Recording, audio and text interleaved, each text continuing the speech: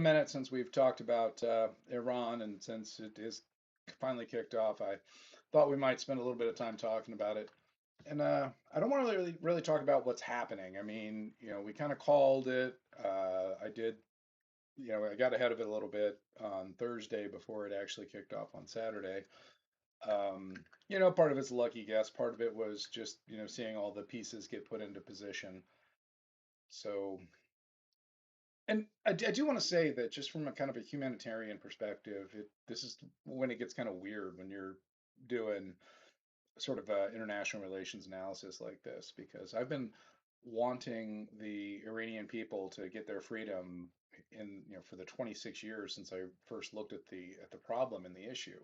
So from that perspective, this is really, this could be a great thing. On the other hand, we have lost service members, and there have been tens of thousands of Iranians that have died for this. So it's kind of hard to do the Snoopy dance when so many real lives are on the line. But you know what? What's happening is happening, and I really don't want to argue about how we got here. I know my opinions. I know where they came from. I tend to not like to argue online, generally speaking. I mean, I don't know. Just throwing shit posting on X, that's one thing, but actually trying to have an argument, an actual honest discussion, it's very difficult. You have to really respect your opponent, and your opponent has to respect you, and there's so little of that on the internet. So today, what I really want to talk about really is how are we going forward? So let's look at the scenarios and how they might play out. And even more importantly, what are some of the obstacles that we might see to making sure that this ends in a manner that it would be good for the people of Iran, good for the people of Israel, good for especially and most importantly the people of the United States. So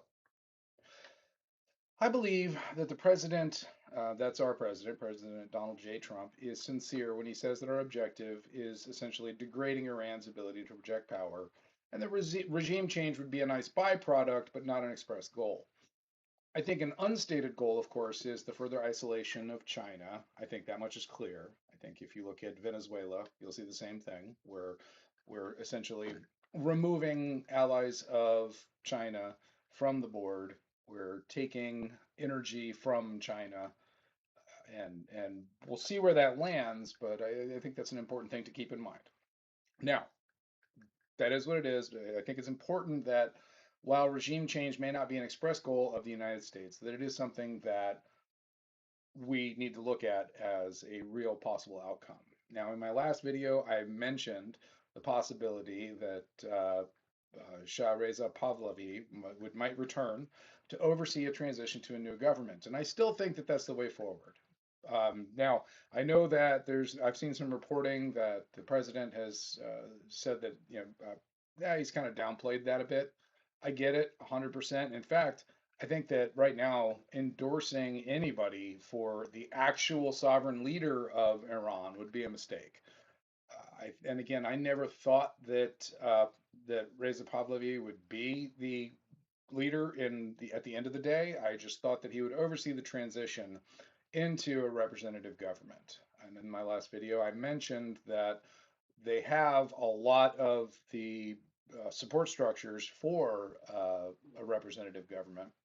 Um, but obviously, they have the supreme leader, which kind of throws the whole thing into the trash. Um, but before I get all to that, I do want to talk about there's a critique that I think is worth addressing from my last video. In my last video, I mentioned that one of the reasons why Iran was a good candidate to transition into a representative government was because they have a national identity. And I used the term Persians, and I still think that's appropriate. Um, but it's, people brought up, rightfully so, that, hey, Iran is made up of a diverse population that is far more than just the Persians. And that's true. However, and this is a big however, the Persians make up over 60% of the population.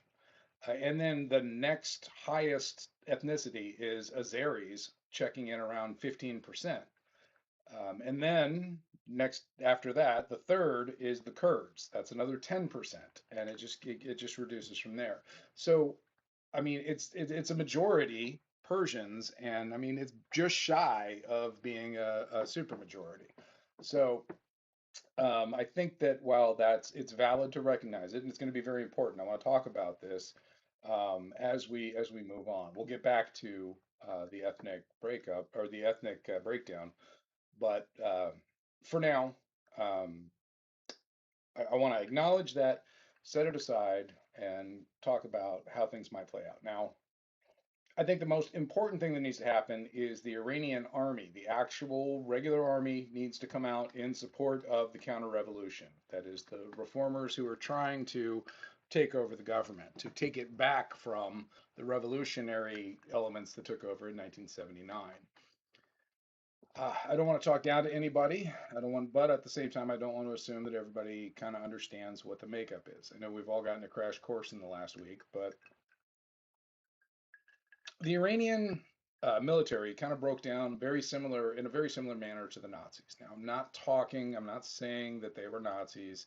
I'm not trying to use the word Nazi to compare them just to make them look bad. No, I'm saying that in World War II, the Germans had two main elements of their army. They had the Wehrmacht, which was their regular army, and then they had the SS, which was specifically loyal to the Nazi Party. It was, an ideological uh, element that was separate and apart from the regular army. And in Iran, we have the same thing, where you have the Revolutionary Guard Corps. That's the Iranian Revolutionary Guard Corps, the IRGC. That is essentially the SS of current Iran, and those are the folks that are essentially, I mean, they really exist to keep the regime in line. When you need killing done, you're going to go to the IRGC. I understand the militias that actually carry out a lot of this as well, but they're all run under the direction of the IRGC. So um, what we're looking for is essentially the regular army of Iran, the Wehrmacht, as if you would, to rise up in support. We need elements of that to rise up in support of the counter-revolution. I think that's going to be a huge part of it. The next thing we need is a leader to emerge from the existing government. This is really kind of tough because, in the late 90s, early 2000s, you had Mohammad Khatami, who was this real moderate reformer. We always looked at when they would elect a president, the people, when they had a voice, would always elect a moderate reformer. And then, of course, he couldn't do anything because the real power lies with the supreme leader. But the voice of the people was always, let's cut back on the Islamic extremism. Let's, endorse policies that are going to, help improve the lives of, the average Iranian citizen.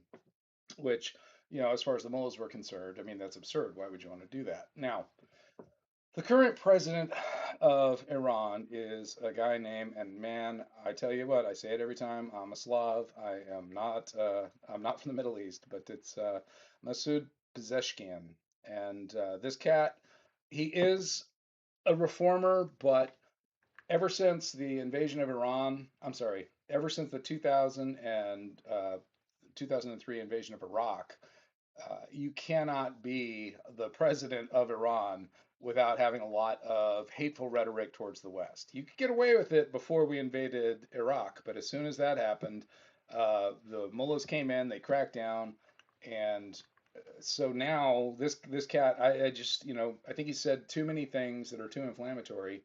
It's going to make him not attractive. Now I know the president has said, they'll listen, to voices coming out of the existing government, and so maybe this is the kind of thing where we can cut a deal with this cat. The most important thing is to get somebody from the existing government, an elected official from the existing government, to try to bring a calm, to bring a ceasefire, to stop the actual fighting. Um, and that's what can initiate the reforms so that you can have an Reza Pahlavi come in and oversee the transition to an elected government. And think about it, it could be so as simple as holding elections, and the and all you have to do is continue Just hold the elections that you would with your for your legislature, for the executive. You do that, and that gives you a baseline government. And the only difference is that we just take away the power of the supreme leader. They take away the power of the supreme leader.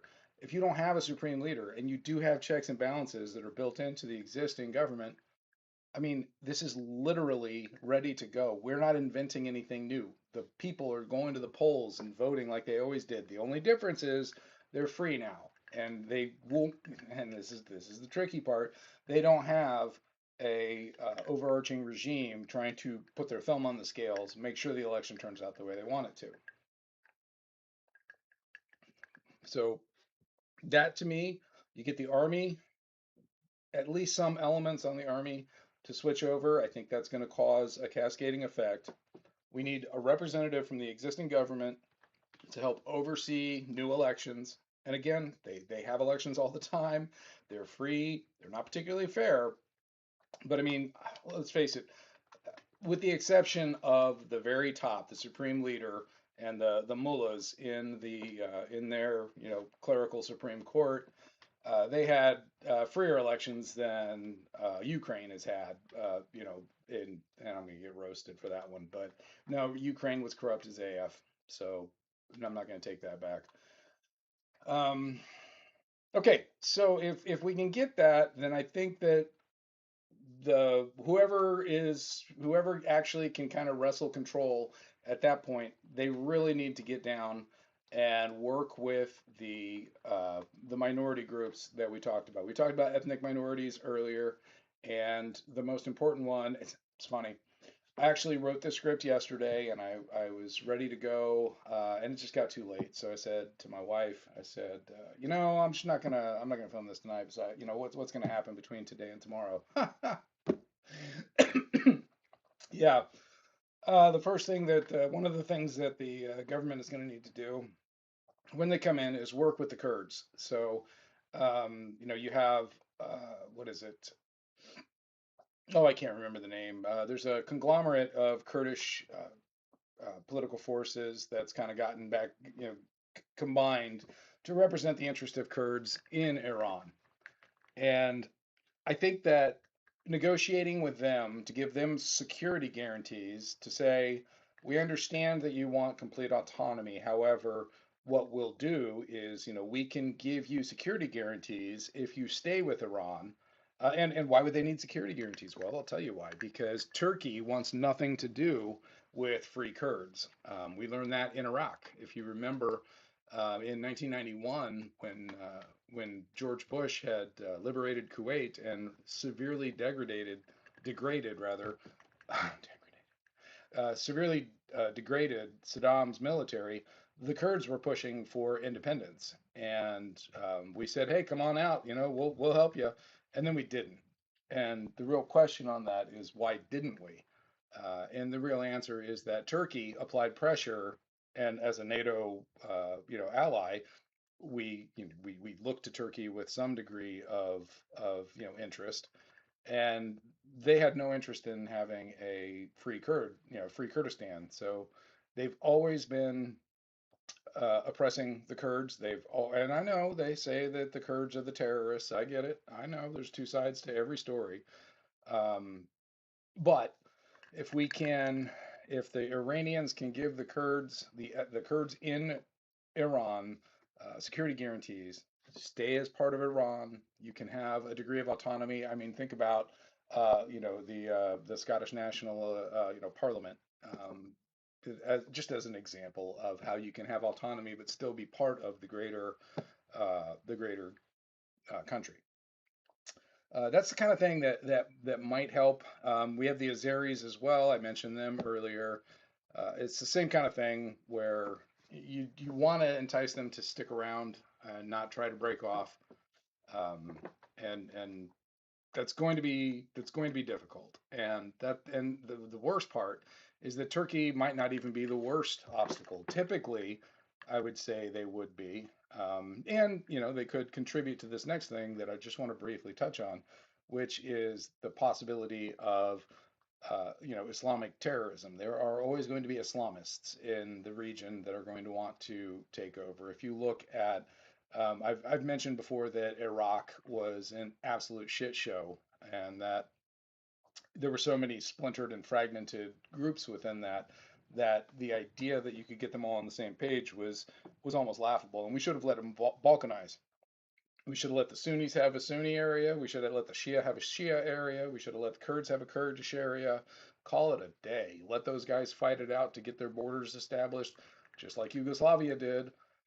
Um, and that might have been a better outcome for everybody. It would have sucked at the time to go through it, just like the different Yugoslavian civil wars.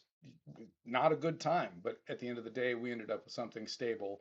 And we ended up with borders that were established through that terrible violence, as opposed to in Iraq, we just have the terrible violence and we don't have the stability. And watching the Iranian Kurds that had fled to Iraq come back and fight in Iran now has been, just full 360 degrees. But I think that the idea of terrorists destabilizing the situation, there's two things. One, yes, 100% there will always be Islamists who want to stick their finger in the gears of any civil society. On the other hand, normally any movement like this would be getting a lot of material support from Iran.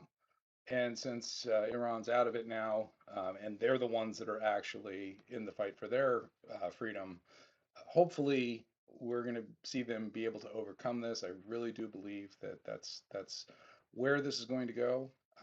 Obviously, I'm not a can't see the future, and I'm not an expert on this, but I just wanted to get my thoughts down for my readers, and hopefully you guys can get something out of this. And don't forget to like and subscribe.